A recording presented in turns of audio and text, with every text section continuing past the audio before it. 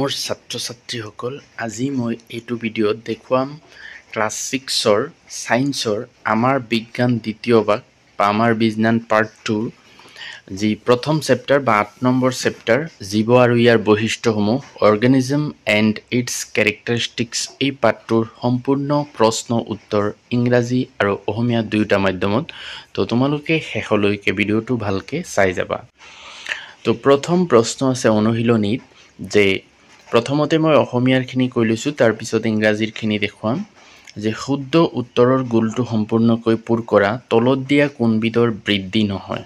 তো ইয়াতে গছ চাইকেল শিশু পখিলা তো আমি জানো এতে গছ শিশু পখিলা এইকেইটা জীৱ গতিকে সিহঁতৰ বৃদ্ধি হয় কিন্তু চাইকেল জীৱ নহয় গতিকে ইয়াৰ বৃদ্ধি নহব। শুদ্ধ উত্তৰটো হ'ব এই প্ৰশ্নটোৰ কাৰণে অপশ্যন বি চাইকেল আৰু অপশ্যন বি যেটো আছে এটো এনেকে গোল কৰি দিবা সাইডত যে আছে। তাৰ পিছত 2 নম্বৰ প্ৰশ্ন বীজৰ অংকুৰণত তলত দিয়া কোনবিধৰ প্ৰয়োজন নহয়। পোহৰ প্ৰয়োজনীয় উষ্ণতা হাড় পানী। তো কিতাবত যেহেতু প্ৰয়োজন বুলি কৈছিলে আসলতে প্ৰয়োজন বুলি নহয় প্ৰয়োজন নহয় কোনটো হেতুহে ওলাব লাগিব ইংৰাজীত প্ৰশ্নটো শুদ্ধ হৈ আছে। তো ইয়াতে শুদ্ধ উত্তৰটো হ'ব হাড় অৰ্থাৎ বীজ অংকুৰণৰ ক্ষেত্ৰত পোহৰৰ দৰকাৰ হয় প্ৰয়োজনীয় উষ্ণতাৰ দৰকাৰ হয় পানীৰো দৰকাৰ হয় কিন্তু হাড়ৰ দৰকাৰ নহয়। 3 নম্বৰ প্ৰশ্ন মাছে কিহৰ সহায়ত পানীত হাতুৰে তো এইটো শুদ্ধ উত্তৰটো হ'ব ফান এ নম্বৰ অপশ্যন। তাৰ পিছত 4 নম্বৰ প্ৰশ্ন তলৰ কোনবিধ প্ৰাণী মাটি আৰু পানী উভয়তে থাকিব পাৰে তো মাছ হিয়াল তিমি মাছ ভেকুলী এই চাৰিটাৰ পৰা ভেকুলী মাটি আৰু পানী উভয়তে থাকিব পাৰে। তাৰ পিছত 5 নম্বৰ প্ৰশ্ন তলত দিয়া কোনবিধ গছৰ পাত স্পৰ্শ কৰিলে জাপ খাই যায় তো ইয়াৰ শুদ্ধ উত্তৰটো হ'ব লাজুকী লতা ইয়াৰ পাতত চুই দিলে ই জাপ খাই যায়। তাৰ পিছত 6 নম্বৰ প্ৰশ্ন মহে কোত কণী পাৰে তো মহে বন্ধ পানীত কণী পাৰে অৰ্থাৎ য'ত পানী আবদ্ধ কৰি ৰখা হয় সেই ঠাইতে মহে কণী পাৰে আৰু তাৰ পৰাই মহৰ সৃষ্টি হয় মনত ৰাখিবা। 7 নম্বৰ প্ৰশ্ন লালুকিৰ গাত তলৰ কোনটো দেখা যায় শুদ্ধ উত্তৰটো হ'ব অপশ্যন বি নেজ আৰু জলক্লম। তো এতিয়া আমি চাও ইংৰাজী 1 নম্বৰ প্ৰশ্ন Dark in the circle of correct answer শুদ্ধ যেটো উত্তৰ হেতু সাইডত থকা যি চাৰিটা গড় আছে হেতু পুৰাব কৈছে শুদ্ধ উত্তৰটো। Which of the following does not grow তো আমি আগত পাইছো যে কাৰ বৃদ্ধি নহয় অশুদ্ধ অপশ্যনটো হ'ব অপশ্যন বি সাইকেল। 2 নম্বৰ প্ৰশ্ন which is not a requirement for seed germination অৰ্থাৎ বীজ অংকুৰণত তলৰ কোনটোৰ দৰকাৰ নহয় অপশ্যন সি ফাৰ্টিলাইজাৰ বা সাৰ। 3 নম্বৰ প্ৰশ্ন fishes move in water with the help of their fins option A শুদ্ধ অপশ্যন। তাৰ পিছত 4 number which one of the following animals can live on land as well as in water অৰ্থাৎ পানী আৰু মাটি উভয়তে বসবাস কৰা প্ৰাণীটোৰ নাম হ'ব অপশ্যন বি টু শুদ্ধ ফ্ৰগ মানে বেকুলী। 5 নম্বৰ প্ৰশ্ন the leaves of which one of the following plants fold up on being touched অৰ্থাৎ তলৰ কোনটো পাত চুই দিলে জাপ খাই যায় আমি পাইছো অপশ্যন সি মিমোসা। তাৰ পিছত 6 নম্বৰ প্ৰশ্ন where do mosquitoes lay eggs মহে ক'ত কণী পাৰে option A in stagnant water মানে আবদ্ধ পানী। 7 নম্বৰ প্ৰশ্ন which of the following is seen in tadpole লালুকিৰ দেহত কি দেখা যায় option B tail and gills নেজ আৰু জলক্লম। 8 নম্বৰ এ স্তম্ভৰ লগত বি স্তম্ভ মিলোৱা তো এ নম্বৰ অপশ্যন যেটো আছে ফুল ফুলা এটো মিলিব 4 নম্বৰ অপশ্যনটোৰ লগত অৰ্থাৎ উদ্ভিদৰ চলন ফুল ফুলা উদ্ভিদৰ চলন। ৰেচন এটো মিলিব 3 নম্বৰ অপশ্যনটোৰ লগত গাৰ পৰা ওলোৱা পানী আৰু বৰ্জনীয় পদাৰ্থ। কাণ্ড এটো মিলিব 2 নম্বৰ অপশ্যনটোৰ লগত ওপৰলৈ বাঢ়ে। অপশ্যন ডি শ্বাস প্ৰশ্বাস এটো 1 নম্বৰৰ লগত মিলিব দেহৰ ভিতৰলৈ আৰু বাহিৰলৈ বায়ুৰ আদান প্ৰদান কৰে। ইংৰাজীত match the column A with column B column A column B opening of flower এটো মিলিব 4 নম্বৰ অপশ্যনটোৰ লগত movement in plant excretion 3 number option removal of water and waste from body shoot C number এটো 2 number লগত মিলিব grows upward breathing 1 number অপশ্যনৰ লগত মিলিব taking in and out of air তাৰ পিছৰ প্ৰশ্ন উপযুক্ত শব্দৰ সহায়ত খালী ঠাই পূৰ কৰা 9 নম্বৰ প্ৰশ্ন বীজৰ ভিতৰত থকা সৰু ডেশৰ পৰাই এজোপা পূৰ্ণাংগ গছ হয় তো ইয়াৰ শুদ্ধ উত্তৰটো হ'ব ব্ৰুন খালী জেগাত বহিব ব্ৰুন বি নম্বৰ প্ৰশ্ন সকলো জীৱই উদ্দীপনাৰ প্ৰতি সঁহাৰি জনায় অৰ্থাৎ উদ্দীপনা বহিব তাৰ পিছত সি নম্বৰ প্ৰশ্ন ডেশ পূৰ্ণাংগ মহলৈ পৰিৱৰ্তন হয় শুদ্ধ উত্তৰটো হ'ব পিউপা ডি নম্বৰ প্ৰশ্ন চৰাই উৰিব পাৰে ই হৈছে ডেশৰ এটা বৈশিষ্ট্য জীৱৰ এটা বৈশিষ্ট্য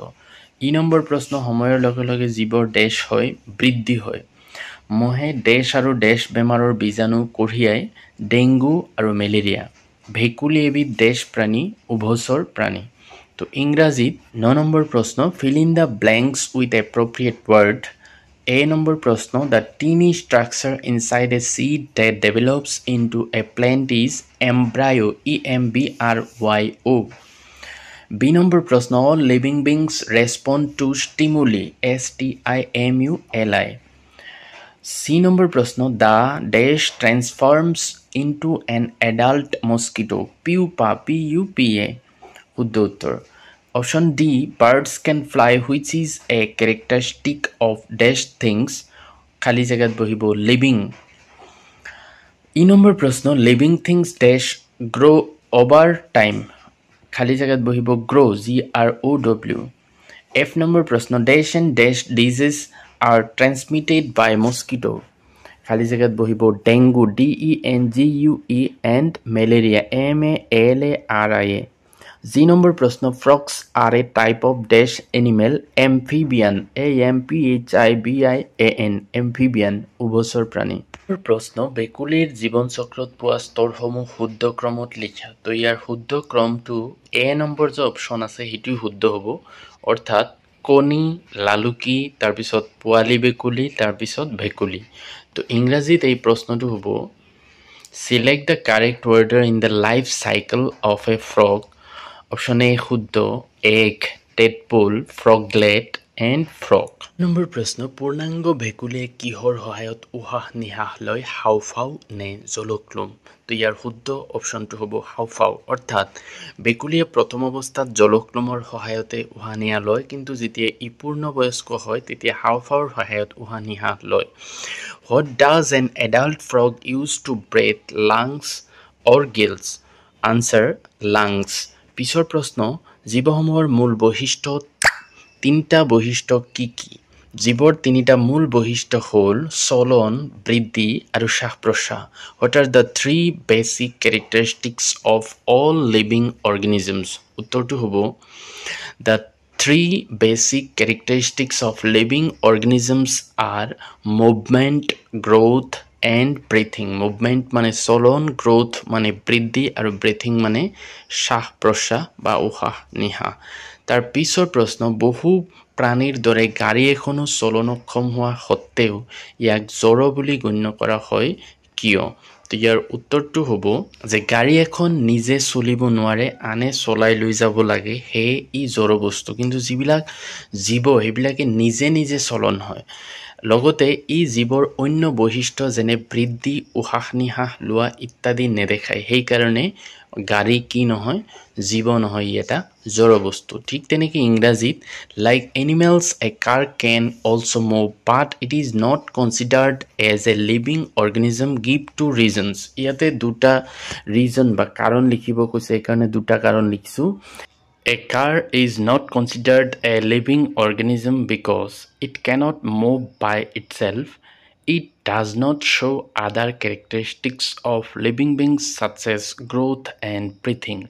এই প্ৰশ্নটোৰ এই দুটা ৰিজনে হ'ব যে এটা নিজে চলাচল কৰিব নোৱাৰে আৰু এটা হ'ল যে জীৱৰ দৰে কিছুমান বৈশিষ্ট্য যেনে বৃদ্ধি আৰু উশাহ নিশাহ এইবিলাক গাড়ীয়ে নেদেখুৱায় সেইকাৰণে ই কি নহয় জীৱ নহয় ই এটা জড় বস্তু নম্বৰ প্ৰশ্ন জীৱৰ বাবে বংশবৃদ্ধিৰ কিয় প্ৰয়োজন জীৱৰ বংশৰ ধাৰাবাহিকতা চলি থাকিবলৈ বংশবৃদ্ধি বা প্ৰজনন অতিকৈ প্ৰয়োজন যদি বংশবৃদ্ধি নাথাকে তেন্তে ক্ৰমে সকলো জীৱই শেষ হ'ব আৰু সেই প্ৰজাতি নোহোৱাকৈ হেৰাই যাব তো ইংৰাজীত why is reproduction important for organisms Answer to about reproduction is very important for the continuation of life and the survival of a species.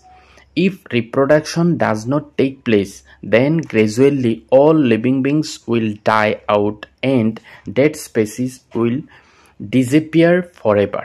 তো এইটোই আছিলে উত্তৰ। তাৰ পিছৰ 15 নম্বৰ প্ৰশ্ন, তো বেকুলিৰ জীৱন চক্ৰৰ বিভিন্ন দশাসমূহৰ নাম লিখা। উত্তৰটো হ'ব বেকুলিৰ জীৱন চক্ৰৰ বিভিন্ন দশাসমূহ হ'ল কণী, লালুকি, পোৱালি ভেকুলী আৰু ভেকুলী, অৰ্থাৎ কণী, লালুকি, পোৱালি ভেকুলী আৰু ভেকুলী। আৰু এই উত্তৰটো আচলতে 10 নম্বৰ প্ৰশ্নটো আছে।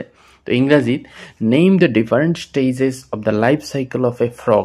The different stages of the life cycle of a frog are egg, tadpole, froglet and frog.